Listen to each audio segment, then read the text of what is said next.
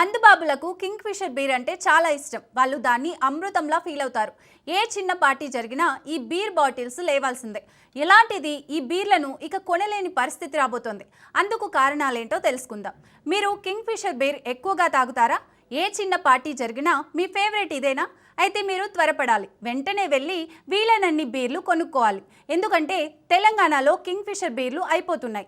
మరో 10 రోజుల్లో పూర్తిగా అయిపోతాయి. ఆ తర్వాత లిక్కర్ షాపుల్లో ఈ బీర్లు దొరకవు. ఎందుకంటే స్టాక్ కొంచెమే ఉంది. అది త్వరలో అయిపోయి ఫిబ్రవరి నుంచి నో స్టాక్ బోర్డులు పెడతారని అంటున్నారు. మీకు తెలుసుగా, ఈ కింగ్ ఫిషర్ బీర్ల తయారీ తమకు నిర్వహణ భారం అవుతుందని. బీర్ ధరలో 70% పన్నులే ఉన్నాయని యునైటెడ్ బ్రూవరీస్ లిమిటెడ్ కంపెనీ తెలిపింది. ప్రభుత్వం తమకు 658 కోట్ల బకాయిలు చెల్లించాల్సి ఉందని చెప్పింది. ఈ బీర్ల ధరలు పెంచుకునేందుకు అనుమతి ఇవ్వాలని కంపెనీ కోరితే ప్రభుత్వం కుదరదని చెప్పింది. అలాగైతే తాము ఉత్పత్తిని ఆపేస్తామని కంపెనీ ప్రకటించింది. ఆ తర్వాత ఆపేసినట్లు ప్రకటించింది.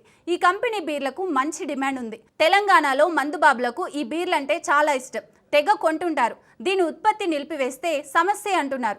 అందుకే ప్రభుత్వం చర్చలు జరుపుతోంది. అవి సక్సెస్ అయితే మళ్ళీ ఉత్పత్తి మొదలవుతుంది.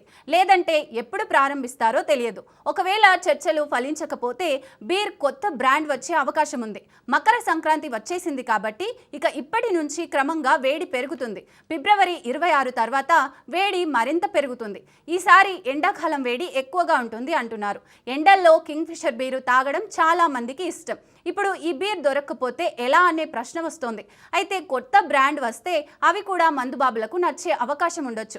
ఇప్పటికే చాలా వైన్ షాపుల్లో Kingfisher strong, Kingfisher premium lager, Kingfisher ultra బీర్లు దొరకట్లేదు. కొన్ని షాపుల్లో ఉన్నా ఎక్కువ ఇవ్వట్లేదు, పరిమితంగా ఇస్తున్నారు. నెలాఖరుతో స్టాక్ అయిపోతే నెక్స్ట్ ఏంటనేది సమస్యగా ఉంది. మందుబాబులేమో ప్రభుత్వం ఈ సమస్యను పరిష్కరించాలి అంటున్నారు. మార్కెట్లో ప్రతి 100 మంది బీర్లు తాగే వారిలో 69 మంది కింగ్ ఫిషరే తాగుతున్నారు. వారంతా లబోదిబోం అంటున్నారు.